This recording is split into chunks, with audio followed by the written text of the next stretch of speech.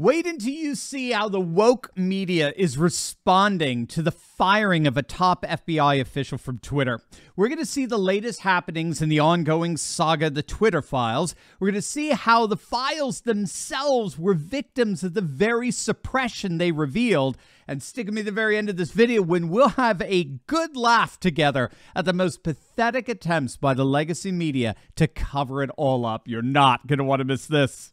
Elon Musk continues to change the world by transforming the largest instant messaging platform on the planet. The latest bombshell to come out of Twitter is the firing, the canning of a top FBI official who ended up as a Twitter employee. Now, if you don't know, this is all a continuation of what's being called the Twitter files. As we've been reporting, the first of what Elon Musk is calling the Twitter files was revealed over the weekend. Elon made the first dump of emails and internal communications within Twitter available to Substack journalist Matt Taibbi, who published them in a thread of just over 40 tweets, revealing the inner workings of how Twitter employees, Democratic politicians, and deep state, particularly FBI operatives, colluded together to inordinately affect the outcome of the 2020 election by deliberately suppressing the New York Post's Hunter Biden laptop bombshell that exploded on the scene in October that year. Now, what's so fascinating in all of this is that that very suppression once again reared its ugly head in the rollout of the Twitter files themselves. We report on the revelation of a top FBI official, a lawyer who was pushing Twitter to bury the Hunter Biden story. And this was not just any FBI lawyer. This was an FBI lawyer who's behind the whole Trump-Russia Spygate fabrication. An FBI lawyer who's deliberately trying to remove Trump from office. He actively advised Twitter to bury the Hunter Biden revelation right before the election. A fellow by the name of James Baker. He's a familiar name precisely because of his active involvement in the Russian collusion hoax. And what Matt Taibbi just revealed yesterday is that it turns out that Baker, who again was still a Twitter employee as of the dropping of the Twitter files, he actively, quote, vetted the information from the internal documents and emails before it got to Matt Taibbi. So the Twitter files that we read were redacted. They were edited.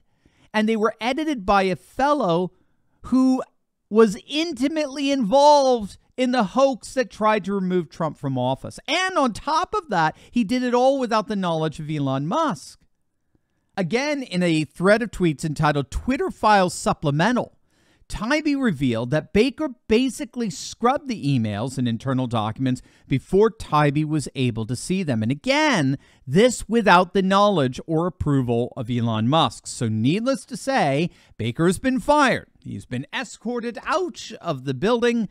And as part of Elon's continued fumigating of the woke left infestation of Twitter. In fact, Musk revealed that he confronted Baker on what he did and then added that he found his explanation unconvincing. Now, that did not sit well with the woke media.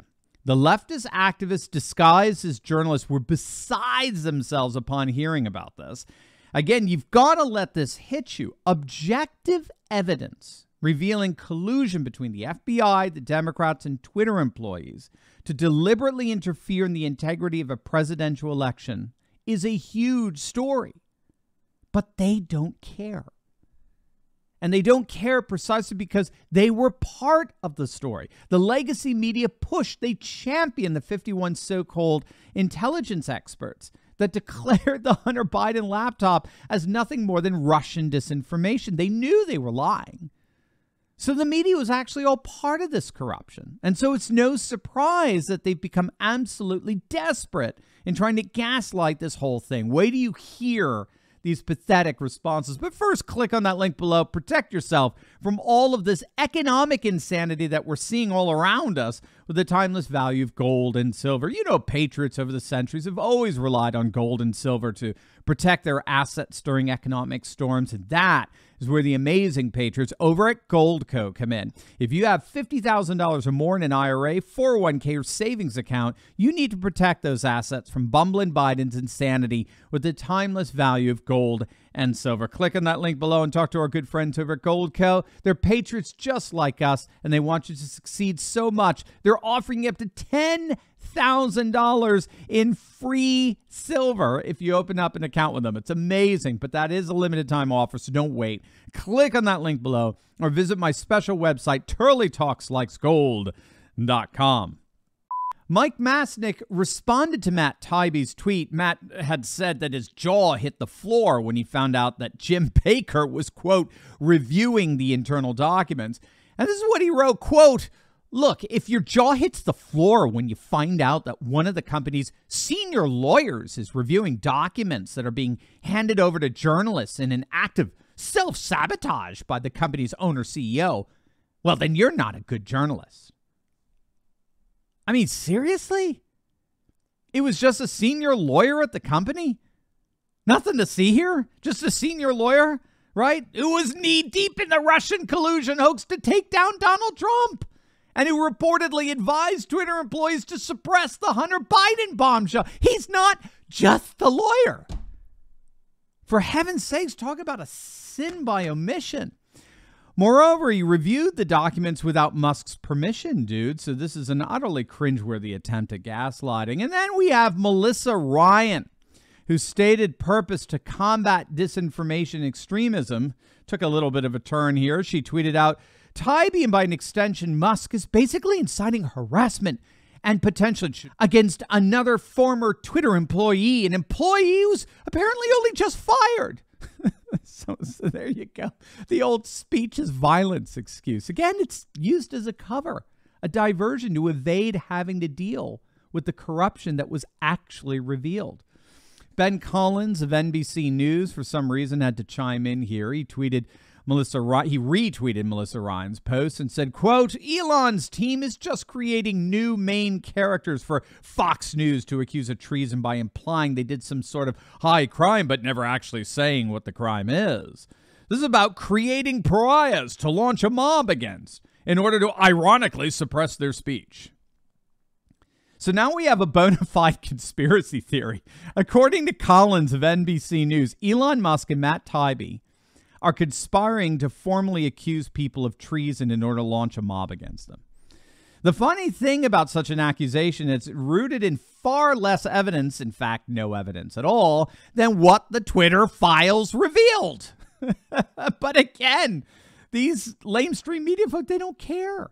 But Collins wasn't finished. He continued his rant, quote, "You'll remember this from Hillary's emails, Podesta's emails, Benghazi, WikiLeaks.